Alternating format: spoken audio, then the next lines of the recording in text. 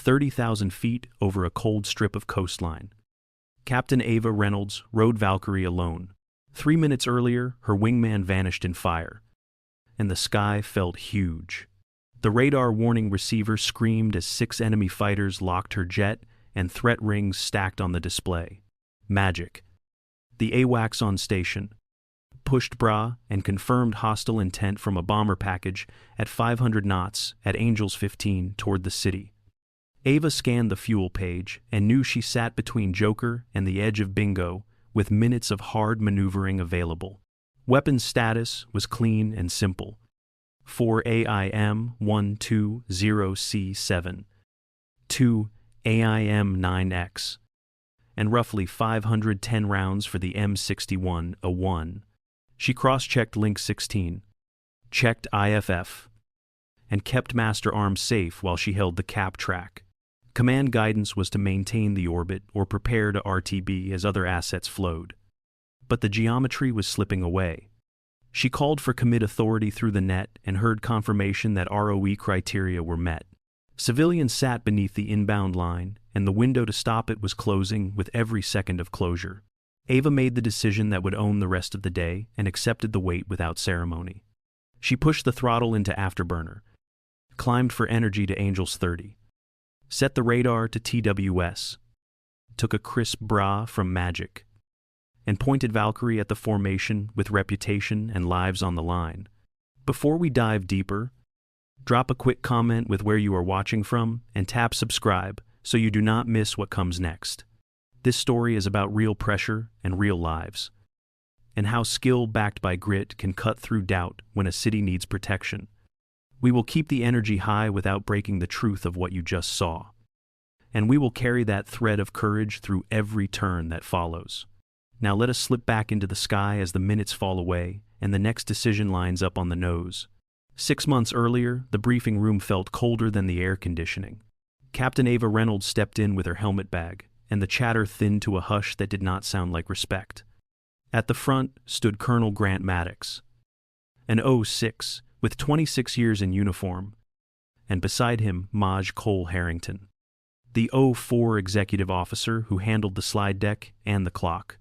Ava took a seat, aware of Capt. Luke Razor Morgan a few rows back and of MSAR Daniel Ortiz outside on the line getting jets ready for the day that was coming. Her record sat on the agenda in a single line that could never carry the weight of it. 800 hours in the F-16C Block 50, top of her fighter track.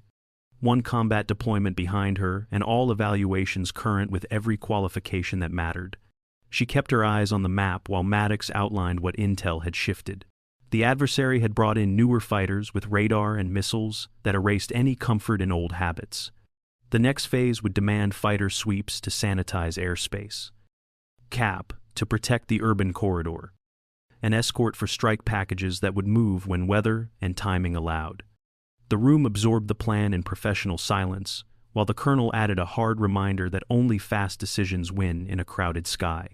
His gaze slid past Ava a second longer than necessary, and the message landed without a word. She felt the familiar weight of being measured on something other than performance and let it pass through her like a checklist item. When the lights came up and the room stood, she filed out with the others, steady and quiet. The proof would not live in a conference room. It would live at altitude where skill and judgment leave no space for doubt. The ramp smelled like jet fuel and sea air as Captain Ava Reynolds met Sergeant Daniel Ortiz at Valkyrie, her F-16C Block 50. She moved through a clean walk-around. Panels seated. Control surfaces free. Pitot static clear. Landing gear and tires intact. Hardpoints secure. Fuel caps locked. Stores check matched the card. 4 AIM 120C 7. 2 AIM 9X. And roughly 510 rounds for the M61A1. The targeting pod, sniper, or lightning, depending on tail, had been bore-sighted and signed off, and Master Arm remained safe on the ground. She climbed the ladder for a quick cockpit scan and then dropped back to finish the forms with Ortiz. Calm and methodical, He pointed out fresh safety wire and a minor scuff on a panel that did not affect airworthiness. Ava logged the notes, verified pins and covers staged, and set her helmet bag by the intake shadow to keep it cool. The noise of other jets rolling to arming kept the tempo high without rushing her hands. Maj Cole Harrington stepped out from ops and called her inside for a short word with Colonel Grant Maddox. The decision had been made to shift her from the fighter sweep package to the cap line guarding the urban coast. A mission framed as discipline and patience while the sweep went hunting. Ava listened, acknowledged the tasking by rank and name, and kept her posture steady as the room went quiet at the edges. The message underneath landed, and she let it pass without friction. She walked back into the sunlight and the smell of hot brakes and salt. Helmet on, chin strap snug. She ran her personal checklist by touch. Oxygen hose, comms lead, survival gear, knee board, one last look at Valkyrie and the crews moving around her like clockwork. Ava climbed the ladder in silence, carrying the kind of resolve that speaks loudest only once the canopy closes. Cockpit checks settled into muscle memory while the ramp vibrated beneath the jet. INS Align counted down as she loaded the DTC, brought up MFD pages, and verified IFF and Link 16. The RWR test strobed clean. Caution panel quiet. Master arm confirmed safe. Fuel quantity cross-checked against the card. Radios were crisp on check. Oxygen flow steady. And the canopy sealed out the sea wind like closing a door on the world. Taxi was by the book with brief pauses at the arming area. Wing and tail cleared. Flight controls free. And then they rolled to the numbers with spacing set for a section launch. Throttles pushed. Afterburners lit. And a hard shove pressed her into the seat while the runway fell away.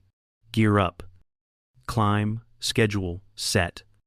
And the formation joined smoothly into the climb. They settled into a cap orbit at Angels 25, 30 miles off the city, with Magic painting the far fight in short calls. Fox 3 echoed from the sweep packages, and merge calls followed as contrails tangled at distance. Ava wanted to be there, and kept that want boxed up behind checklists and headings. The flight lead, Maj Ryan Prescott, held the line, and she held position with him. The stillness fractured when Magic reported multiple bombers inbound on bearing 090, 500 knots at Angels 15 with 40 miles to go. The two friendlies on that axis were Low Fuel and Winchester, which left a thin line in front of the city. Ava asked to leave the orbit and intercept, and Prescott relayed the command guidance to maintain cap. She watched the picture tighten and built a clock in her head set to about 4 minutes to release, weighing fuel state, geometry, and the duty that mattered most as the next choice came into view. She requested commit authority through Magic, with the clock bleeding toward the bomber's release point. The package held course and altitude toward the city, which met the checklist for hostile intent under the standing ROE. Magic confirmed the declaration and pushed a fresh bra string that put the lead elements on a line across her nose. The flight lead maintained the order to hold cap, but Ava weighed time to release, distance to intercept, and fuel sliding toward bingo. And the math did not bend. She eased the nose to capture the cut and pushed the throttle through the detent into afterburner. Airspeed climbed, and Valkyrie arced toward Angels 30 to bank energy before the first exchange. Radar came up in TWS with 2 4-ship groups showing as bricks. So she sorted high cover and set a clean tactical timeline. The plan was simple and disciplined. Crank after each Fox to reduce closure and pull the threat off the city. Beam to deny look angles when warnings spiked. And pump if geometry collapsed. She cross-checked fuel, accepted the thin margin, and committed to the intercept the mission demanded. Magic kept the picture sharp while she trimmed for the climb and opened the range gate on the lead contact. The solution slid into the envelope, and the symbology went steady inside a reasonable WEZ for the first shot. Ava banked into the intercept line, felt the jet settle, and owned the break from formation as she prepared to lead the fight in. Ava shifted from waiting to fighting with a breath and a finger press. TWS painted 2 groups high and forward, and Magic fed a clean BRAA that put the high cover across her nose. She built a simple timeline, sorted the near pair, and checked that the jet sat inside a solid WES. Airspeed held strong from the climb to Angels 30, and the picture stayed stable enough to move first. She selected an AIM 120C7 and watched the cues settle. Range ticked through 18 to 20 nautical miles in a head-on flow. Aspect clean. And the shot made sense. She took it, then cranked to the side to cut closure and pull the fight away from the city. The RWR chirped hard, and she answered with a chaff burst and a steady beam at 90 degrees that stole look angles without giving away altitude. The hostile return faded as the inbound missile ran out of options, which bought a few seconds of breathing room. The second bandit pushed in, and she reset the sort and checked fuel above bingo, but not by much. Another AIM 120 left the rail at roughly 12 nautical miles. A mid-range shot meant to force a decision. She cranked again, managed pitch to hold energy, and kept a clean escape line if the geometry turned sour. Magic called a splash on the first target after proximity breakup, and then reported a weakening track on the second that slid toward kill. The remaining fighters began to scatter a little, with one trying to drop altitude and drag her down into thicker air and emerge.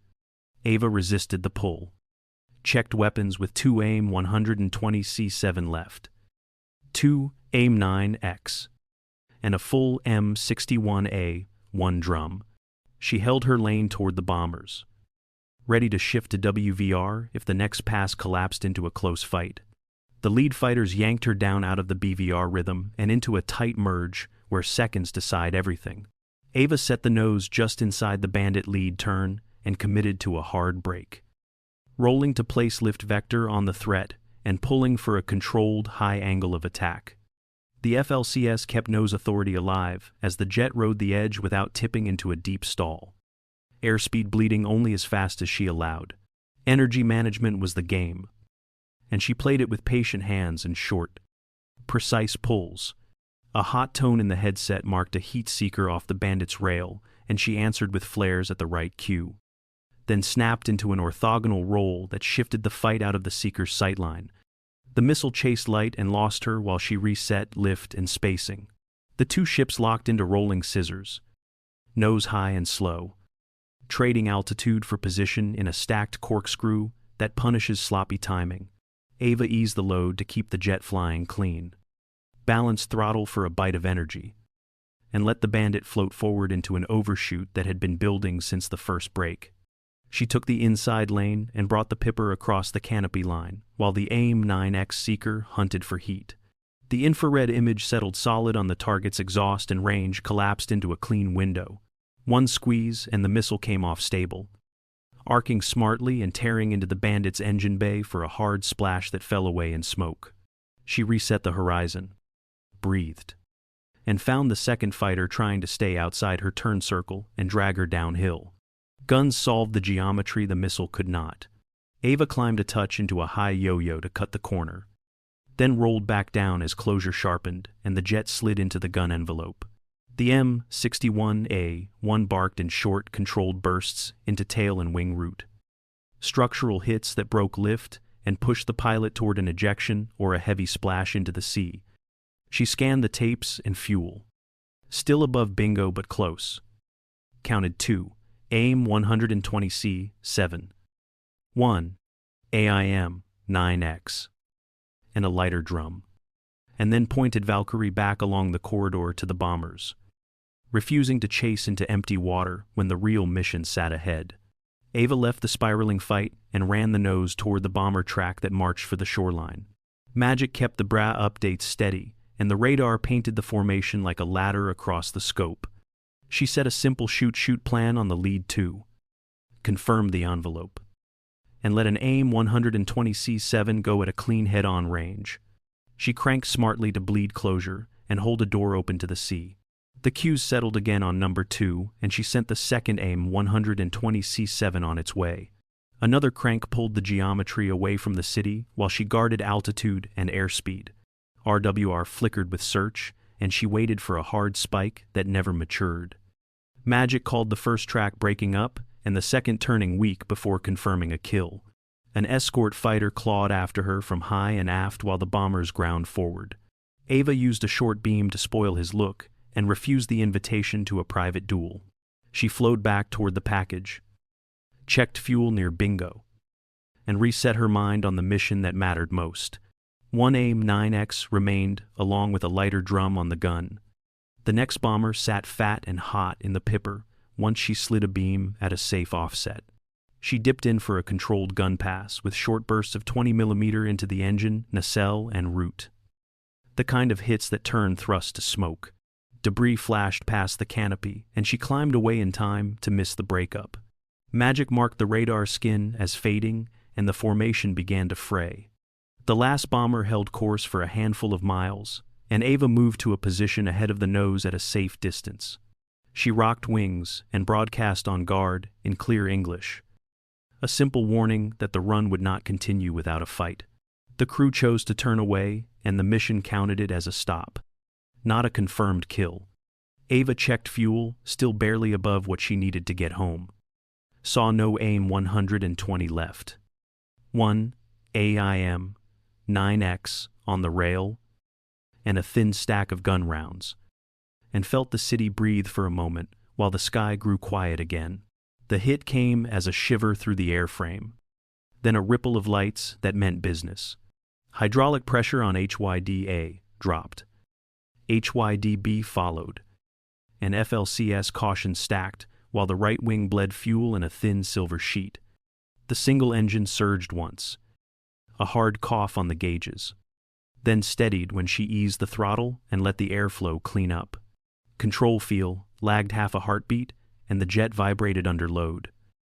A reminder that every pull now cost more than it used to. EPU spooled on by itself, and the cockpit settled into a different hum as emergency power fed the flight control computers and hydraulics. Ava kept angle of attack inside the safe band and watched for the nose to wander or the pitch to hunt. When a small oscillation tried to build, she pressed MPO in accordance with the book, and the jet answered with firmer authority. Firelights stayed dark, which kept the checklist short enough to focus on control, fuel, and routing away from the worst of the threat rings. She shut down non-essential draws, trimmed for hands off where possible, and balanced what fuel remained to keep the airplane honest. Magic passed a clean vector to Sentinel Base, and she broadcast the emergency on guard with the basics of her condition. Tower cleared her straight in for runway 27, with crash crews staged, and a barrier available if stopping distance ran thin. The radio traffic stayed brief and professional, the kind that fits into the space between breaths and leaves room for flying the jet. Altitude came first, then airspeed, then the path home. She set a speed that kept the controls alive without biting too deep into the leak, and kept scanning for any pop-up returns that would complicate the recovery. Bingo loomed, and flameout was more a matter of when than if. So she reviewed the steps for alternate gear extension and ran them once in her head. The coastline slid left to right on the nose as she eased the descent, picked up the runway environment, and built a quiet plan for an approach that might end with wheels, brakes, and a cable if that was what it took. Ava left the fight and pointed the nose toward the shoreline, nursing a wounded jet that still wanted to fly. Fuel trended down, and the risk of flameout crept from maybe to likely, so she managed power to keep the single engine smooth, while the EPU stood ready to carry the electrical and hydraulic load. FLCS cautions blinked and cleared as she worked within the jet's limits, gentle on the stick and careful with angle of attack. She called the emergency on guard, and ATC cleared her straight in for runway 27 with crash crews staged and the barrier available. She climbed a touch to buy distance because the F-16 does not glide well when the motor quits. Airspeed stayed high enough to keep the controls honest, but low enough to stretch what little gas remained. She reviewed the dead stick plan in short steps and stood up the checklist for alternate gear extension so the wheels would come down even if hydraulics sagged.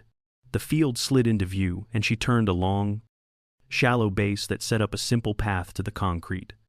On final, the engine spooled down for good, and the cockpit went quiet in a way that stiffens every move. Gear came down on the alternate system. The nose settled, and she held a stable speed over the numbers with enough margin to flare gently. Main wheels hit with a firm thud. She held the nose high to aerobrake, then lowered it and eased into the brakes as the end of the runway rushed closer. The rollout ran long, so she took the cable cleanly and felt the jet tug to a stop. No drag chute needed because the USAF F-16 does not carry one. The crash crew rolled up while the last of the motion drained away. She kept her hand on the stick for a few breaths, then worked through the remaining shutdown steps and confirmed the scene was safe. Systems went dark. The canopy clarity returned, and the rush of the day finally eased. The airplane had made it home, and the inspection would tell the rest. The ramp settled into a humid quiet as the crash crew rolled away and the strobes clicked down. Captain Ava Reynolds lifted her helmet free and sat still in the seat for 2 slow breaths before finishing the shutdown by the book. Switches safe. Data saved. Oxygen off. And a last glance at the cautions that had ridden with her home. The canopy opened, and the smell of hot fuel and scorched paint moved in. MS Sir Daniel Ortiz climbed the ladder with a flashlight and a practiced calm. He traced the right wing where the skin was torn and pocked by fragments, most of it in the 12.7 to 23 millimeter range. A few marks from larger rounds that had not touched anything vital. Fuel streaked in thin lines, and he noted how HYD had dipped into the teens while the EPU kept the jet honest. He checked panels, hinges, and the gun door. Talking through the findings in the shorthand of people who live on a flight line, they moved together through the forms, writing what mattered and leaving what could wait. Initial parts were requested, structural inspections queued, and a plan set to defuel and clean before deeper checks. The exchange carried thanks without ceremony. A nod from her, a steady grip from him, and the quiet truth that bringing the jet home is the job. No drag chute to fold, only brakes cooling and metal that had earned another look. Under the lights, the fuselage looked smoked and tired, and also stubborn. Crews fanned out with chalks, stands, and rags like a small rescue team. Ava rested a palm on the skin near the intake and felt the heat come through the glove. Then she stepped down the ladder, lighter in the shoulders, ready to let the maintenance world take over. 6 months later, the Pentagon felt formal and steady as Captain Ava Reynolds stepped into the auditorium in service dress. The Honor Guard held the room in perfect lines while senior Air Force leaders filled the front rows. Her squadron sat together a few seats back. And M. Sergeant Daniel Ortiz wore his blues with the quiet pride of a man who lives on the line. The citation moved through the mission in clean strokes. A bomber raid stopped before release. 8 confirmed aerial kills against fighters and bombers, with 2 more bombers forced to abort their runs, all within rules of engagement that had been validated in real time and anchored by the duty to shield civilians. The record highlighted restraint when warning worked and boldness only when it served the mission. An officer advanced with the Air Force Cross and set the medal on her uniform while the audience rose. Ava kept her posture calm and let the moment carry the gravity it deserved without flourish or noise. In her mind, she saw a damaged jet, a runway cable, and the hands that kept metal flying on thin margins. Applause folded back into silence, and the hall relaxed to normal pace. She left the stage knowing the honor belonged to many, from planners and controllers to maintainers who turned wrenches in the dark. The path ahead appeared simple and demanding. More sorties, more instruction, the same standard of judgment under pressure, and a promise to be ready when the sky asked again. After the ceremony, a staff officer outlined a desk assignment at the Pentagon with a clean path to promotion and a seat on the command track. The offer was solid and respectful. A chance to trade the smell of fuel for schedules and meetings that start at 7:30 a.m. and end when the inbox says so. Ava weighed the stability against the rhythm that had shaped her since flight school. Flying, instructing, deploying, and being where the work touches the edge. She respected the chain of command and the logic behind the offer. She also understood where she was most useful. The squadron needed a flight commander, and she took the billet without noise. A promise to set standards in the brief room and in the air. Her focus turned to sharpening younger pilots, leading a 4-ship by the book, and keeping F-16C Block 50 operations tight and safe. Service felt simple when framed that way. Lead from the cockpit when you can. Teach while you fly. Carry the weight with your team. Later, she looked at the new schedule, checked her personal kit, and felt the choice settle in like a tight strap. The office had its place, but her place sat under a canopy with a checklist and a runway that runs to the horizon. 6 months later, Major Ava Reynolds wore an 04 patch and a new kind of weight. The brief ran clean and simple. Objective was a defensive cap that kept the urban coastline safe under a clear ROE. With push at 2:30 p.m. and a tanker window planned on the back end if needed. Positions were set in a finger 4 that could slide to combat spread when the picture asked for space. She walked the formation through contingencies and left room for questions without slowing the clock. Checklists covered weather, divert fields, radio plans, and the reminder that restraint is part of the job. She watched 3 younger pilots, 2 men and 1 woman, and underlined the quiet rules that keep a team alive. Wingman discipline. Contract your roles. Cross cover when a pop-up threat breaks the plan. Taxi and takeoff felt like a single motion. On climb out, the flight checked in on the net. Confirmed IFF. Verified, Link 16. And fenced in with switches set for the work ahead. They sanitized the entry lane and took steady bra from Magic, settling at Angels 20 to 25 with lateral spacing that protected the city. Fuel plans matched the timeline and the weather left no surprises. Out on the track, the sky looked wide and calm, and Ava let that calm settle the jet. She coached quietly through corrections and let good work speak for itself. The 4-ship moved as one living thing, and the radios stayed light. As the cap locked in, she ran her own short list in her head. Lead by example. Keep the picture honest. Protect your people. Then turned her eyes outward and let the mission run. From the first quiet room where she was sized up by everything but skill, to the day a medal caught the light on her service dress, Major Ava Reynolds kept the standard and the mission. She flew within the rules, stopped a bombing run, and brought a wounded jet home because civilians mattered more than comfort. The recognition that followed felt earned. But the real win lived in the calm choices made under pressure and the discipline that never slipped. Her story reminds us that courage and competence are the measure, not the box someone thinks you belong in. If that resonates, add a quick comment with where you are watching from and hit like, so this story reaches someone who needs it. Subscribe to follow more true accounts from the line, told with respect for the people who fly, guide, and turn wrenches. As we close, picture the coastline from above and a 4-ship sliding across a clean sky. And know there are more stories like this on the horizon.